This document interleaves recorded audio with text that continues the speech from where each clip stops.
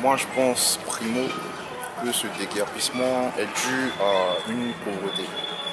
Ouais. Parce que dans un État, il doit y avoir certaines normes qui doivent être respectées. Et si ces normes-là ne sont pas respectées, d'autant plus que souvent, il y a des violations de la loi, je pense qu'un déguerpissement a lieu d'être. Au moins, ce que moi je pouvais dire au gouvernement, en tout cas, s'il pouvait, après ce déguerpissement, essayer d'aider aussi les populations, parce que ces dernières aussi n'auront pas de lieu aussi où dormir. Donc vraiment aussi on peut penser aussi de ce côté-là, à trouver aussi un autre cadre de vie aussi pour eux. J'ai coutume de le dire à mes collègues, vous savez, en tant que citoyen, on ne peut qu'appuyer cette démarche mise en œuvre par le gouvernement de Côte d'Ivoire. Déjà pour la dignité de ces personnes, et puis pour la sauvegarde de leur vie, parce qu'elles vivaient dans des conditions assez précaires et de salubrité justement médiocre. Mais par contre, je vais émettre un bémol, tout simplement. En tant que citoyen, je soutiens l'État de Côte d'Ivoire. En tant que personne humaine, quand je regarde le désarroi dans lequel ces personnes vont se trouver après ce déguerpissement, sans mesure d'accompagnement, voilà, je ne peux qu'être affecté, tout simplement.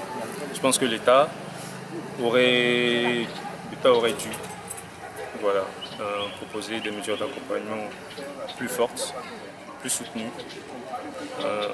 afin justement de reloger décemment ces personnes. Vous savez, nous connaissons tous la réalité du pays. Aujourd'hui, avec 150 000 francs, honnêtement, on ne fait rien. Voilà. Je pense que déjà, il aurait fallu régler les questions de l'emploi. L'emploi de ces personnes-là, tout simplement, parce que la plupart de ces personnes sont des vendeuses ou des vendeurs à la sauvette. Il y en a qui sont diplômés aussi, mais qui n'ont pas la chance d'avoir un emploi. Je pense qu'on aurait d'abord dû, vraiment dû mettre l'accent sur ce point et après proposer justement des mesures d'accompagnement, parce que 150 000 francs, c'est honnêtement, bon, c'est de l'argent, mais c'est très vite parti. Je peux dire que un certain nombre de détresse, vu les conditions dans lesquelles les uns et les autres quittent le quartier. Mais pendant que le déguerpissement se fait, c'est eux qui sont obligés de partir. Donc c'est comme ça les a surpris. L'important de noter la mauvaise foi des habitants. Parce que, avec la confiance que j'avais au gouvernement, je sais qu'ils ont été bien informés de cette opération-là. Et évidemment, comme c'est fait chaque fois, ils savent qu'ils sont là. Je suis d'accord avec ce que le gouvernement fait. Mais toutefois, il y a un moment. Parce qu'avant un quelconque déguerpissement, il faut bien entendu des mesures d'accompagnement. Et comme mesure d'accompagnement, ce que moi je propose par exemple, c'est peut-être trouver un endroit pour caser ces personnes. Au lieu de leur donner de l'argent. Parce que quand tu leur donnes de l'argent, ils n'utilisent pas l'argent à la fin qui leur a été signifié. Je pense qu'ils doivent partir. Ça fait plusieurs fois qu'ils leur donnent l'argent, mais ils sont toujours là. Avec toujours, quand il pleut aussi, il y a les dégâts là-bas. Donc, le mieux de partir. C'est ce que moi je fais. On ne doit pas saluer le gouvernement, c'est normal. En fait, pour protéger la vie. Je respecte le président Alassane Ouattara parce qu'il fait du bon travail. C'est pas normal qu'on vit dans un bas-fond comme ça. C'est à cause de la pauvreté qu'on vit là-bas. Bon, l'État aussi n'est pas mal fait. Il a bien fait, mais normalement, il doit regarder notre cas. C'est pas bien, il doit nous donner quelque chose. On doit en reçu l'argent, mais c'est pas tout le monde qui a reçu l'argent. Moi-même, mes frères aussi vivent là-bas. Ils n'ont même pas reçu 5 francs. Ils sont venus les casser comme ça. C'est pas normal, mais c'est pas bien qu'on s'en va vivre là-bas. C'est pas un coin à vivre. Ça, c'est le cadeau. C'est pas bien. Bon, il y a des bandits, il y a des trucs bons. Ce qui n'est pas normal. On fait tout là-bas. C'est pas bien pour les enfants. Parce que s'ils sont grandis dans ça, c'est pas bien, c'est pas une bonne éducation. Non, on va lui dire merci, parce que chaque année il y a des morts.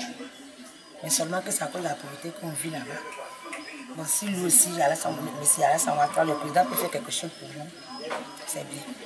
Je pense que ne faudrait pas qu'on se voit la face.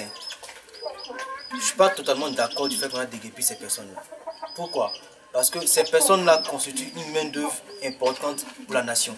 C'est une population qui a besoin de travailler, qui a besoin de se mouvoir.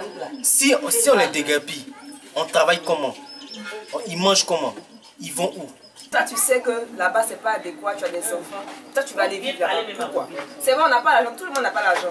On se débrouille. Il y a Colombie qui est là. D'abord, on dit on va chasser, mais au moins là-bas, là, c'est mieux. Mais tu vas vivre dans un caniveau. Non, mais quand tu passes, les enfants montent, les gens peuvent venir sur le pont. C'est un peu bizarre.